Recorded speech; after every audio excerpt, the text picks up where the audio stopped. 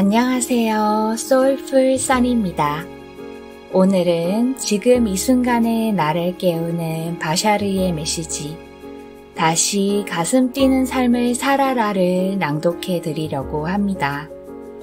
지은이는 다리랑카, 옮긴이는 정경아, RHK 출판사에서 발간되었습니다.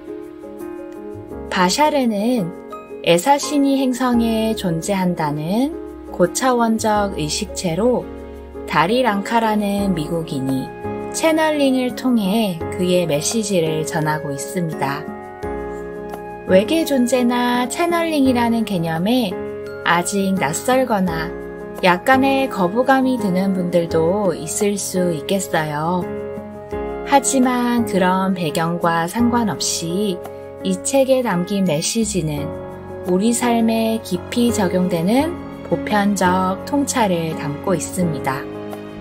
마치 우주의 공식처럼 작동하는 삶의 원리들을 명확하고도 간결하게 알려주고 있어요. 자, 그럼 지금부터 다시 가슴 뛰는 삶을 살아라 함께 읽어보도록 하겠습니다. 상징을 없애고 변경하는 법. 이제 우리는 사물을 어떻게 중립적으로 바라보고 그것을 어떻게 바꿀 수 있는지 이야기하려고 합니다. 우리는 이미 어떤 상황도 그 자체가 본질적으로 지닌 의미는 없다고 말했습니다. 이 물리적 현실에서 일어나는 모든 일, 그리고 모든 상징과 비유는 본질적으로 중립적입니다. 의미는 여러분이 부여하는 것입니다. 그 의미를 부여함으로써 이 물리적 현실에 어떤 영향을 미칠지가 결정됩니다. 우리가 항상 사용하는 예시를 통해 이 개념을 설명하겠습니다. 다만 이번에는 평소보다 조금 더 나아가 어떤 상황에서도 스스로 해제할 수 있는 방법, 도구에 대해 이야기하려 합니다. 여러분은 집단의식이 부여한 상징적 의미를 이해하고 그것을 자신이 원하는 방향으로 바꿀 수 있어야 합니다. 쉬운 예로 전철을 들 수 있습니다. 여러분이 인생에서 매우 큰 의미를 지니는 회의에 참석해야 한다고 가정해 봅시다. 몹시 중요한 회의이기 때문에 지각하지 않기 위해 서둘렀습니다. 전철 시간에 맞추어 할 수 있는 준비를 모두 하고 나왔습니다.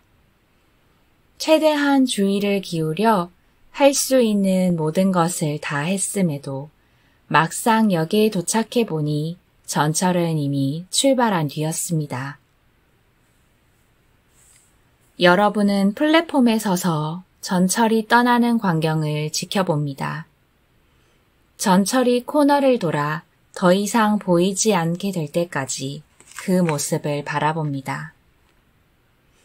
평소대로라면 이런 상황에 부정적인 의미를 부여하고 화를 내거나 짜증을 낼 것입니다.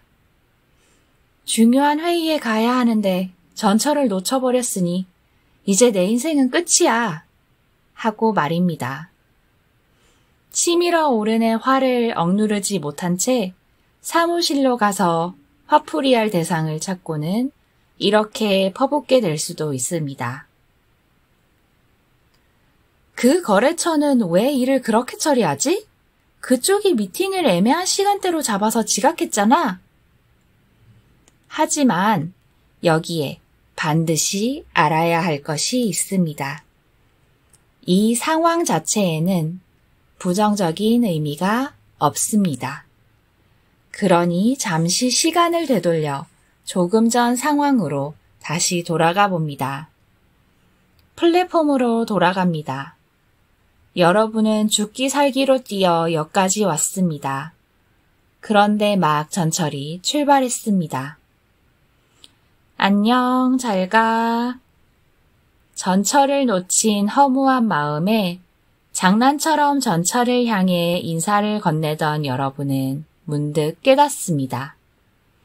이런 상황에서도 부정적인 의미 대신 긍정적인 의미를 부여할 수 있다는 사실을 말입니다. 그렇게 생각하는 순간 어린아이처럼 놀라움에 눈을 뜹니다.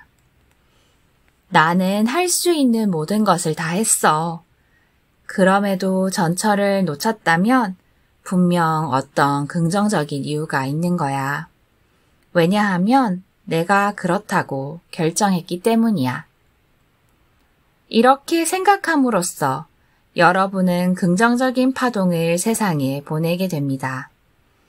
그리고 여러분이 보낸 그 파동은 반드시 현실로서 되돌아옵니다. 상황 자체에는 애초에 고정된 의미가 없기 때문입니다. 이 사실을 깨달으면 왜 이런 일이 일어났을까? 하고 그 상황을 즐거운 마음으로 바라볼 수 있게 됩니다. 가슴 설레는 마음으로 여러 가지 가능성을 상상합니다. 점점 꿈꾸는 듯한 상태로 빠져듭니다. 꿈의 세계에서 플랫폼에 서 있으면 다음 열차가 들어옵니다. 이미 회의 시간에 늦은 것을 알기에 이 전철을 서둘러 타봤자 아무 소용이 없다는 것도 알고 있습니다. 그때 몇 년 동안 만나지 못했던 옛 친구가 열차에서 내리는 모습을 보고 깜짝 놀랍니다. 친구가 말합니다. 널 놀라게 해주려고 만나러 가는 길이었는데 여기서 마주치다니. 너에게 딱 맞는 일을 제안하려고 왔어. 이 제안을 들으면 정말 가슴이 설렐 거야. 여러분은 그 순간 깨닫습니다. 아까 전철을 탔더라면 나는 이 기회를 놓쳤을 거야. 나에게는 이게 더 중요한 일이었구나. 긍정적인 의미를 부여했기 때문에 플랫폼에 남아 친구가 오는 순간을 맞이할 수 있었던 것입니다. 만약 화를 내고 어디론가 가버렸다면 이런 만남은 일어나지 않았을 것입니다. 물론 화를 내고 플랫폼을 나간다 해도 친구가 찾아올 수도 있었겠지만 반대로 서로 만나지 못했을 가능성도 있습니다. 모든 것은 여러분이 얼마나 부정적인 의미를 고집하는지, 그리고 얼마나 상황에 긍정적인 파동을 부여하는지에 달려 있습니다. 인생은 그런 일이 일어나는 것을 스스로 허용할 때 비로소 그렇게 전개됩니다. 이것은 단순한 동화가 아닙니다. 모든 것은 놀라울 정도로 빈틈없이 연결되어 있습니다. 그러니 여러분이 그 일이 일어나는 것을 허용해야 실제로 일어날 수 있습니다. 그 이유를 모두 이해하지 못하더라도 인생에 일어나는 모든 상황에 긍정적인 의미를 부여하기 시작하면 좋은 일들이 자연스럽게 일어나기 시작합니다. 더 앞으로 나아가서 전철의 예는 지금까지 여러 번 들어온 것입니다. 이번에는 이 예를 사용해 조금 더 앞으로 나아가 봅시다. 그러면 필름을 다시 돌려 처음 플랫폼에 도착한 지점으로 돌아갑니다. 전철은 이미 떠났습니다. 그리고 여러분은 이제 무엇을 말해야 하는지 알고 있습니다. 안녕, 잘 가. 하지만 이번에는 긍정적인 의미나 부정적인 의미를 그 상황에 대입하기 전에 전혀 다른 접근을 시도합니다. 여러분이 집단의식 차원에서 이미 이 상황에 포함시켜 놓은 기본적인 의미를 살펴보는 것입니다. 그럼 시나리오 안으로 들어가 봅니다. 당신은 역 플랫폼에 서 있습니다. 주변에는 다른 사람들이 있을 수도 있습니다. 전철이 점점 멀어져 가는 모습이 보입니다. 이제 상상 속에서 잠시 빠져나와 몸이 붕 뜬 상태로 약 45도 각도로 비스듬히 뒤로 물러나 전체를 둘러봅니다. 그리고 완전히 중립적인 시각으로 이 상황을 관찰합니다. 그런 상태에서 이 상황이 발생하기 위해 필요했던 다양한 요소들을 하나하나 살펴봅니다. 생각할 수 있는 수많은 가능성을 말입니다. 전철이 오는 시간에 딱 맞게 도착했다. 여기에 긍정적인 의미를 부여했다. 전철이 오는 시간에 딱 맞게 도착했다. 여기에 부정적인 의미를 부여했다. 전철이 오는 시간에 딱 맞게 도착하지 못했다. 여기에 긍정적인 의미를 부여했다. 전철이 오는 시간에 딱 맞게 도착하지 못했다. 여기에 부정적인 의미를 부여했다. 이렇게 다양한 가능성을 살펴봅니다. 이번에는 그 전체를 하나의 에너지 그림처럼 바라봅니다. 빛이 상호작용하여 줄무늬를 만들어내는 이미지처럼 말입니다. 상상 속에서 그 에너지를 어떤 상징적인 그림으로 형상화해도 좋습니다. 타로 카드처럼 한 장면이 멈추거나 TV 화면처럼 이미지를 정지시키는 방식도 괜찮습니다. 혹은 여러 물체가 등장하여 서로 연결되어 있는 듯한 인상을 주는 방식으로 볼 수도 있습니다.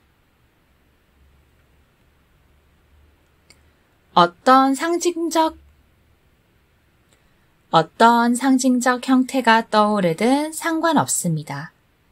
중요한 것은 다음 행동을 빠르게 이어가는 것입니다. 이 전체 상황의 포괄적인 의미와 이유가 무엇인지를 내 안에서 떠올려 봅니다.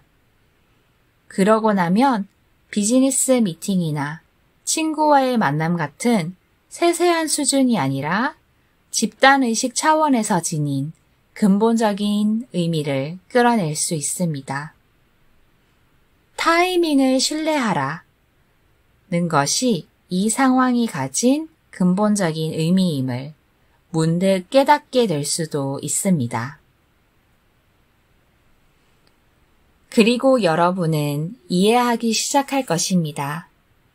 지금 이 상황을 통해 여러분의 영혼이 이 인생에서 선택한 큰 주제 중 하나, 즉 타이밍을 신뢰하는 것을 스스로에게 가르쳐 주려 했다는 사실을요.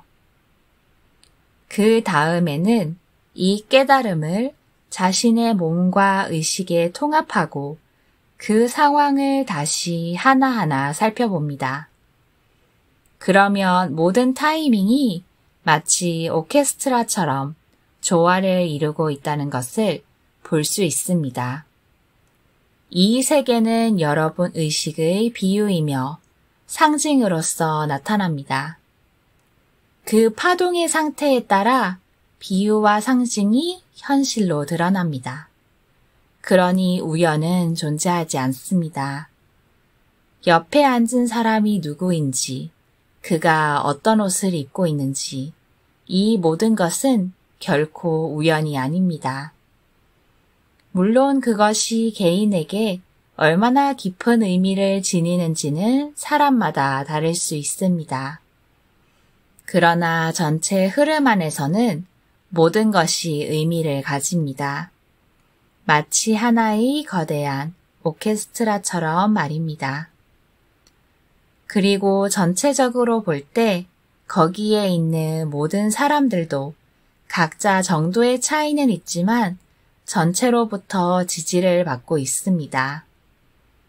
모든 것은 타이밍의 패턴으로 보입니다. 매 순간, 모든 상황은 여러분이 내보내는 의식의 파동과 그 본질을 관찰할 기회를 제공합니다.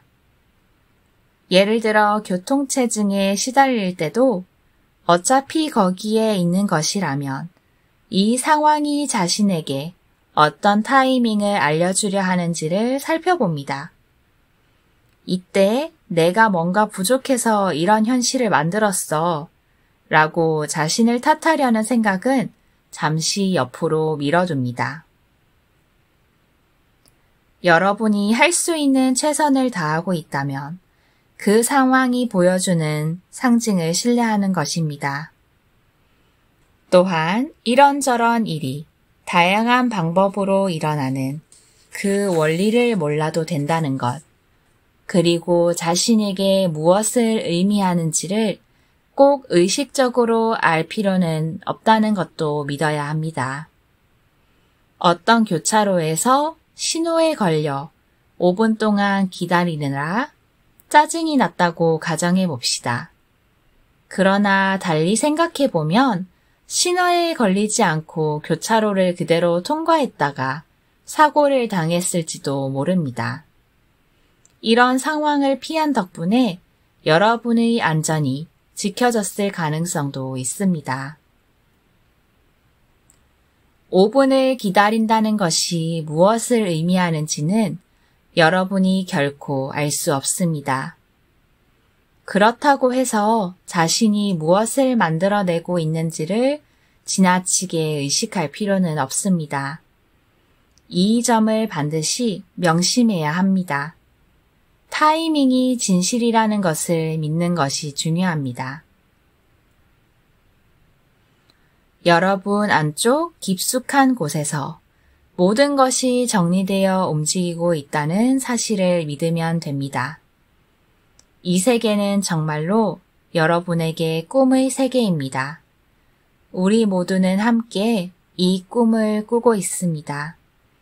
지금 이렇게 교류하고 있는 우리 또한 어떤 의미에서는 여러분과 함께 이 꿈을 만들어내고 있는 것입니다.